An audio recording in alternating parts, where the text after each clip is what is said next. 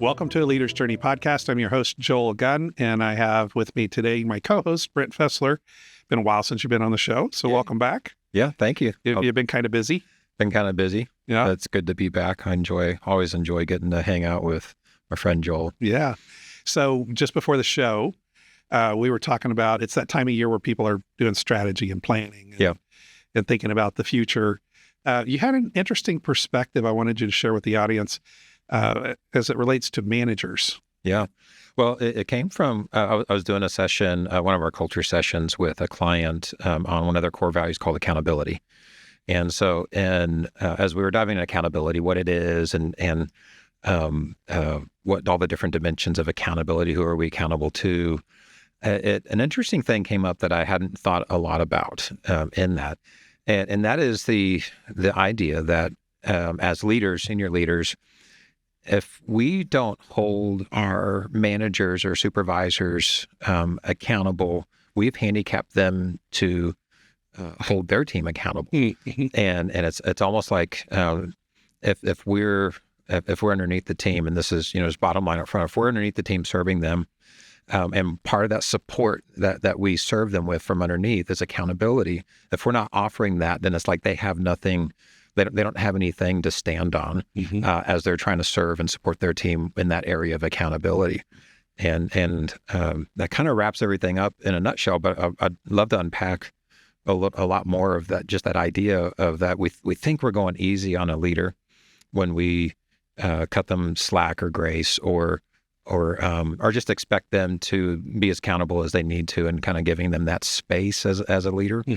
But if we're giving them that space by not offering the support of accountability, we've handicapped them. Maybe one of the places we go is let's define the word accountability, what it is, because everybody says, hold me more accountable, right? If you're a professional coach, coaching CEOs or any level, they'll often say, well, I need you to hold me accountable. Right. What is that? Yeah. Well, I mean, at the root of the word, it's an accounting term, right? Accounting, accountable.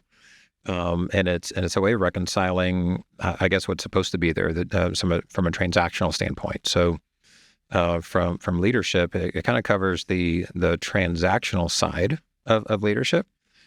We say we're going to do this and we want to be this. Now, we often call it integrity. And but accountability really is a version of integrity, and so the meaning of that word is has a lot to do with being true to what we said we were going to do. And if you write a check, then that gets offset by an actual withdrawal, and something actually transacts. Sometimes I think we write those checks as an organization or as a leader. I'm guilty of overpromising, a lot. You bet. I love doing that. I'm very generous with that, and then have to follow through with actually cashing that check in with the actions and the behaviors and the commitment there. So I think in essence that's accountability. But we can dive in. Yeah, go ahead. Yeah. What would accountability look like, right? Because I don't know about you as a coach, but when I've been a coach, I've had a coachee look at me and say, I need you to make me accountable. Make me accountable. Like how much, I heard a very senior coach in a large organization, Vistage is one of the world's largest member-based peer groups for CEOs. And he's one of their top-ranking coaches. And he said, I don't coach accountable people. I don't coach people to be accountable. I coach accountable people. Right. And so he's like, I can't make anybody be accountable. I thought that was an interesting view. I'd love to hear your thoughts on that. Yeah. It's so I think understanding accountability, there's a lot of forces involved in accountability. There's a lot of dimensions involved in it. And so I understand if somebody's asking you to make me accountable to this, I think they're recognizing I need some help and support. I think the heart is there, but perhaps the wherewithal, the willpower, the discipline, or whatever it is to actually be accountable may not be there. So help me follow through on the things that I want to. But that said, I think that coach's point is that, especially if you're coaching somebody in a senior executive role, they have to have demonstrated that self-discipline to follow through, and not just make a political answer one place and then behave a different way another. But some of that comes to who or what are we accountable to? And there's a lot to be accountable to. There's accountability to just the words that we say. There's accountability to our role and our position. There's all kinds of stakeholders, especially when we're leaders. Think of all the stakeholders that we're accountable to.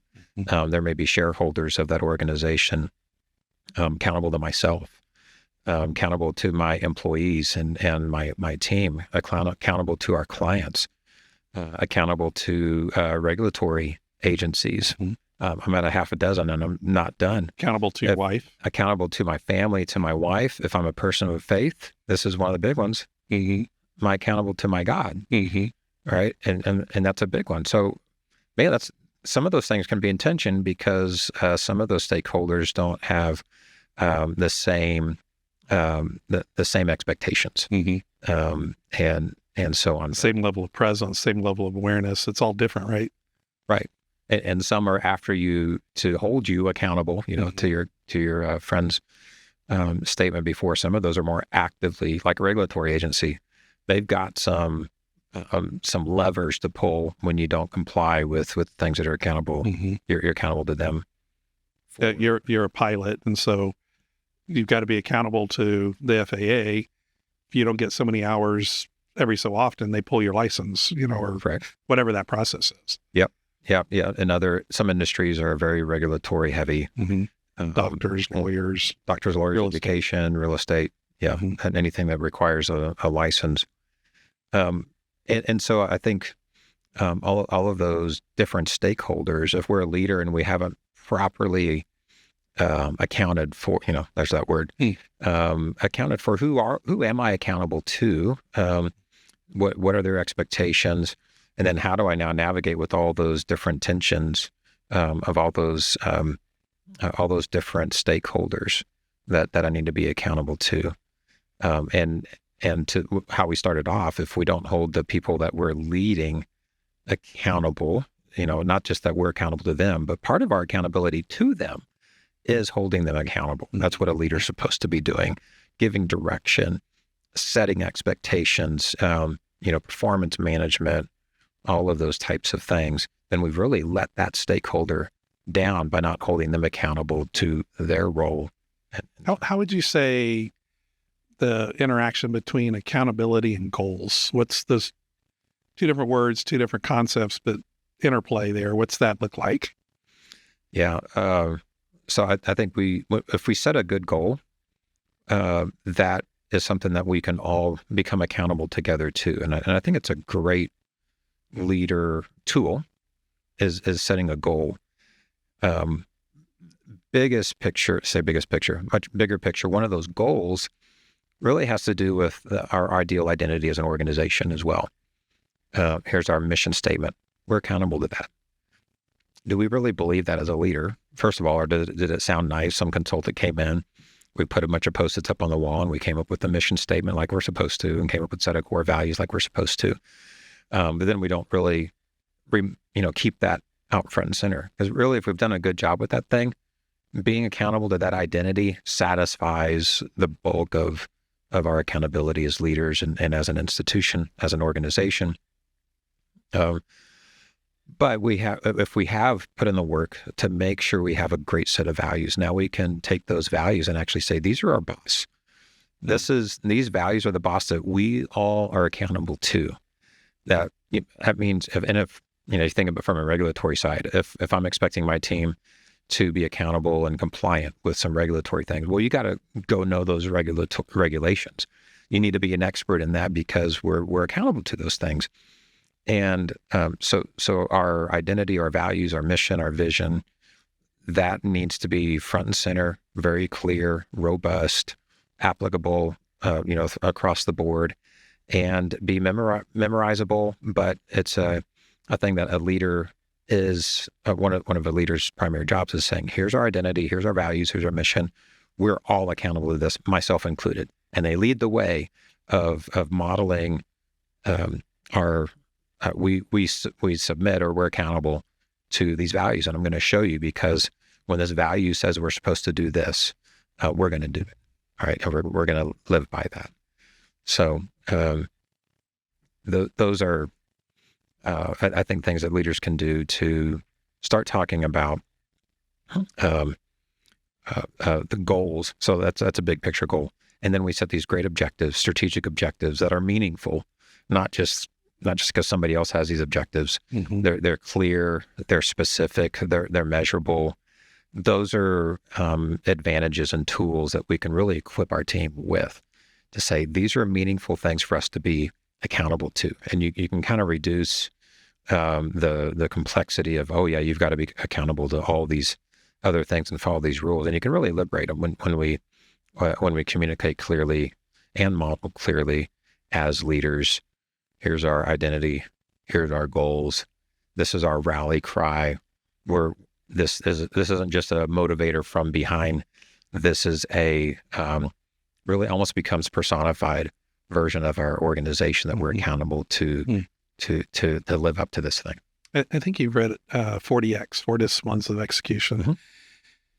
And they talk about trying to get things done. The more things you have to do, the less you actually get done. Yep. Right.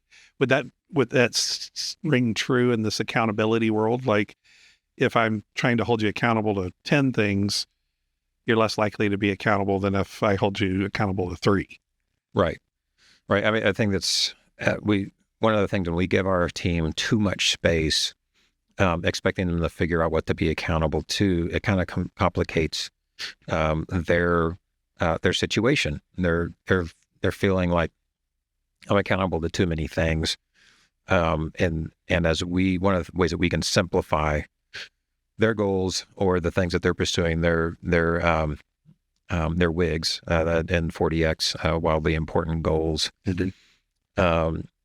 We need to do our job as leaders to help them simplify what their wildly important goals are, from an identity standpoint, from a goal that we're pursuing, the vision, and those things. Because if we don't, they're either going to be accountable to too much stuff, which is debilitating. When you have too much to comply with, you just kind of freeze. Well, I'm going to revert to a compliance. I'm going to not stick my head up because I don't want to. I feel like there's a culture of compliance rather than this strength of of accountability to a simple vision and goal. Mm-hmm. Yeah, that as you're sharing that, my mind goes to several places, including our current political atmosphere. Is the newly elected parties are saying, "Hey, let's not focus so much on compliance. Let's focus more on innovation." Yeah, and at least that feels like the message I'm hearing, and it's freaking some people out. Wait, you can't not have compliance. There's reasons for that. And so probably a fine line to walk, depends on what industry you're in. If you're heavily regulated, building airplanes, compliance is probably, more important than if you're, in the party entertainment industry. Sure. Yeah. I was just talking to somebody earlier today, about this idea. George Washington University and their Center for Regulatory Studies. I use some of these charts in a lot of my talks because it has to do with character formation and virtue. But I've got a few of these charts that over the last 60 years or so, at least at the federal level, our regulatory burden has increased about 100 times. Whether you're looking at the number of pages in the Federal Register, number of rules, basically, the amount of budget spent on regulatory enforcement, because now you write a rule, you got to enforce it, talking about accountability. And people in the regulatory enforcement. So but all those things, they paint the picture kind of of two things. One, either society is just getting much worse in virtue and character, and we have to control from the outside, which is, I think that correlation is there, but not necessarily the cause. It could be that the causality is more when there is a character or virtue issue. the government, all it knows how to do is make a rule. And so the government sees perhaps a behavior issue. And so instead of empowering the character forming institutions to work on the virtue of the people, instead they reach for the only hammer that they know, which is let's make another rule. So you start, instead of being accountable to identity and values as a society and calling those things out, instead they're like, we don't like that behavior, we're going to slap another rule, another constraint on it. And it's true, in the political space, if it's the easiest thing to do as a politician, to make another rule, because that's just kind of, it's in their job descriptions. What we do, we make rules and we enforce the rules. So we're seeing that. And I think it's going to take some significant changes just in mindset of government to switch over to, can we not just innovate? Maybe this is the innovation. It's just to reawaken to this idea of how do we cultivate the character and virtue of our country? Can we legislatively do things like that, or in the executive branch? Can we do things that cultivate that? Because if we do, it makes our jobs easier as legislators. American founders, there's many quotes from the founders, such as John Adams or Benjamin Franklin, Patrick Henry, that essentially say freedom only works with a virtuous people. And because they're like, okay, we're going to try to get by with this few law. We want a free country. We want to be free to do as much as we can. We know we're going to have some rules, but basically the more virtuous the people are, the more freedom they can enjoy. If they're not a virtuous people, we have to put all kinds of rules and guardrails, protections. And every time you put another rule, another protection, for the most part, it constrains. It's another burden. It's another weight, another law. But not just at the federal level. It's true in our teams. It's true in our companies, that if we as leaders, instead of investing in the character and virtue of our people, we just reach for the control, which feels good as a leader because I feel like I did something, and maybe it's less risky to just, all right, we're going to write another rule, one more policy, one more process. We need those, but we need enough that provide structure and in a guardrail for like a rail system to really reduce friction, instead of you reach a point where all of those rules and regulations inside an organization are actually constraining. They're burdens, they're weighty, and they're holding people down. You and I've talked about this before. I don't know if I've mentioned it on the podcast, though. There's a body of people that write regulations. One of those regulations, worldwide standard, ISO 9000. Yep. And it says, if you're going to do things, you got to have a certain amount of quality. And to do that, you got to have a certain amount of process behind that, policies and procedures to support a solid infrastructure. Well, I've gone into companies over the years where, they proudly walk in and they're this bookshelf 3 feet wide, 6 feet tall, full of 3-ring binders of all their policies and procedures. Well, if anybody's ever been trained in auditing, you know that humans can't remember that much stuff. Right. So as an auditor walks in and goes, woo-hoo, I'm going to have a field day here, because out of all of that stuff, they're going to fail to remember and do every single thing. Where an auditor is really disappointed is when they walk in and there's a single 3-ring binder and they say, we run our whole company on this. Yeah. And I conceptually got that until back around 2012. Somebody showed me a copy of Walmart's employee handbook. Walmart, love them or hate them, largest employer in the world, employ more people than some governments do. In fact, than many governments do. Their employee handbook's about 1/8 of an inch thick, large print, lots of white space and lots of pictures. Because they've said, look, we can't figure out rules for everybody, for every country, for every, way somebody's brought up or their worldview. But what we can hold dear is these basic, and we can expect people to remember and their employees don't all do it. And like it says in there, when you're within 10 feet of somebody, smile, right? They got a lot of employees not doing that part of the handbook, but anyway, but I can hold somebody accountable to that few things, those general philosophies, Right. those general guidelines. Right. Yeah, I think, from a Judeo-Christian standpoint, there was a story where a lawyer asked Jesus what the most important rules were. It's kind of this thing, we've got lots of rules. Tell me which the most important one is. And how many rules did they have at that time? There were hundreds. There were hundreds. I'm sure there's it was somewhere in the order of like 400 rules. And Jesus' response was, well, really love. If you truly do understand love, you love God, you love your neighbors yourself, then you'll end up doing all of these other rules. And that sounds very, very simple. And that's called virtue ethics is what that's called. But that type of idea, where our rules, our policies, and our procedures are as close to that layer of principles or deeply held values, that there's just a short list of values that really believe in. That's really what rules we do have, we're deriving them from that. Like to even though if we do say something explicitly, you smile when you're within 10 feet of a customer. Well, that's really there because of this value of service, or something that lives up here. So we'll still have this rule. This is what this value looks like. Right. This is how it looks. This is how we can measure, observe it. That's how we observe it as an example. But this value will also express itself in some other way. But like we handicap our leaders or the rest of our team as leaders, we handicap them when we say we have this value, but then we don't use it in our language. We don't use it in the way that we hold people accountable. We don't use it in places for feedback. We don't use it or make it visible in our goals. Here's our goal. Our goal is this because this is who we are. Because of who we are, this is the goal that we're making. We want to increase customer satisfaction by 10 points this year because we value, one of our core values is love.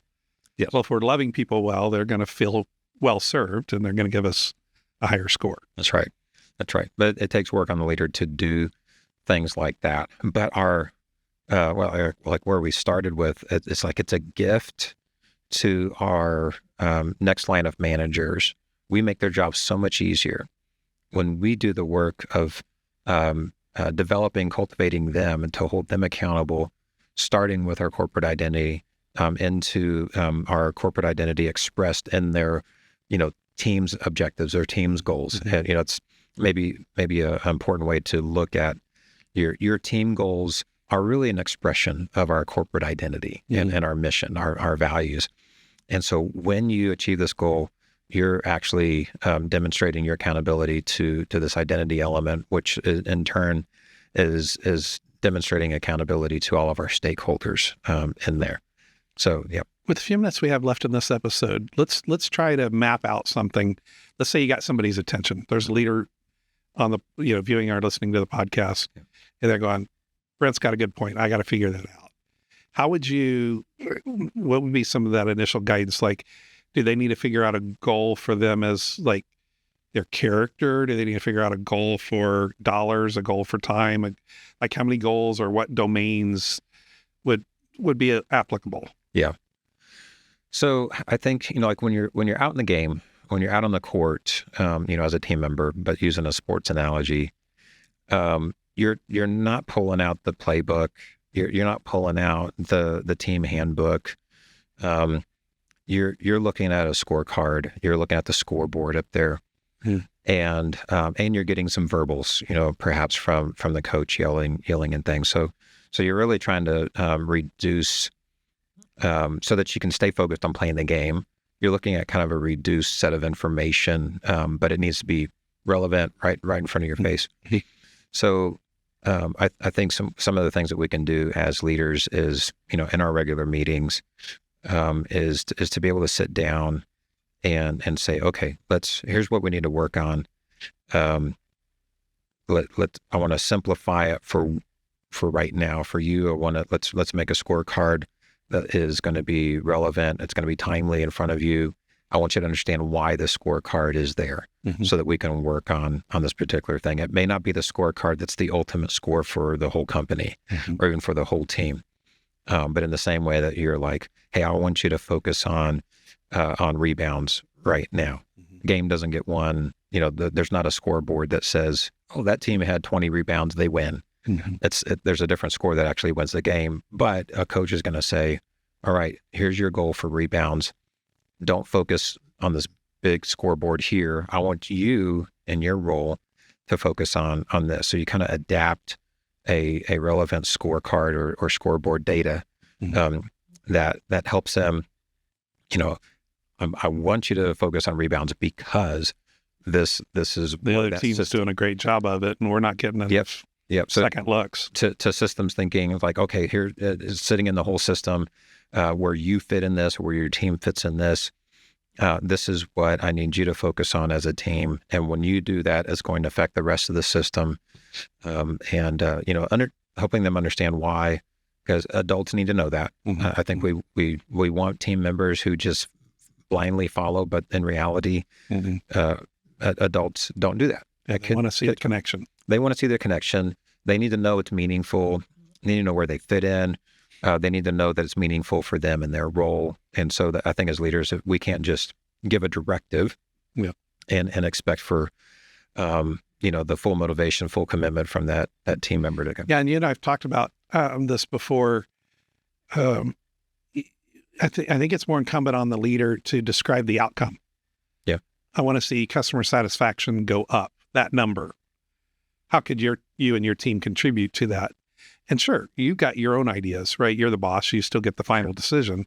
But, I've got a few ideas, but I want to hear your thoughts first. Because often they'll come up with something or commit to a higher level than you might have been prepared to hold them to. Right. If they get to be part of designing what that looks like. And speaking of designing, the other point that you and I've discussed, one of the biggest frustrations for employees is for a leader to hand them a number and go, you're responsible to get to that number. And they look at it and they go, but I can't influence that number. Right. Like, that's not mine maybe I can contribute in some small way. Okay, fine. But often I've met people that go, well, my boss wants us to hit this number and I don't believe I have a way to move that needle. Right. Super frustrating, so you also want to create that environment where your employee can kind of push back and go, boss, great. Yeah, let's, I think we should move that number. I don't understand how I can move the needle on that though. Right. Yeah. And if you haven't that culture, you need that culture. Well, yeah. And that part of the culture is probably most wrapped up in the leader's humility and trust and maybe courage. There's some words that we can put around there. Take some courage and humility and patience. Yeah. To try to go down that road. Yeah. And having the right tools to go down that road. Because sometimes, to your point, or at least one of the point that I was hearing, is we don't equip our team members enough to contribute to that conversation. Sometimes we hold a whole bunch of data that would be meaningful and relevant for them. It's like, I've got the time left on the clock. I've got the ultimate score. I've got the stat sheet, and I'm not sharing any of that with you, because I'm the boss. We're behind 3 points. Do better. Yes, right. And so that takes time to go down the transparency road, to say, hey, here's a bunch of data. Oh, you don't understand this data. Let's talk through it. And so that's maybe an area of training. I train you how to do your job, but perhaps don't spend the time to train on some of the data and the other information that, if they had it, they could act on it. They could contribute to the solutions on that. Yeah. Let's land this plane. Final thoughts on this episode.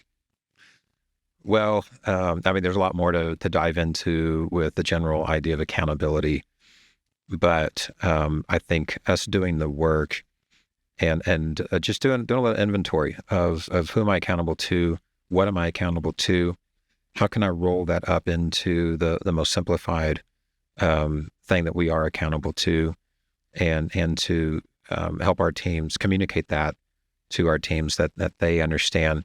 Here's what we're accountable to ultimately, and invite them into that space. But then do the work and it's a journey. If you haven't been holding your team accountable to things, it may seem like a bit of a jolt to all of a sudden do that, especially if we haven't been holding ourselves accountable to things. So do that work of, okay, we're going to be accountable to this. I'm leading the way. I'm going to model this, but I'm also now acknowledging I'm going to start holding my team more accountable. I'm going to have a clear understanding, a clear message of what we're accountable to. And we're going to do that work so that you can be a better leader and a better manager to your team and hold all of your team accountable. And start simple. Start simple. Thanks for joining us for this episode of A Leader's Journey podcast. If you enjoyed it, give us a thumbs up and remember to subscribe to our channel.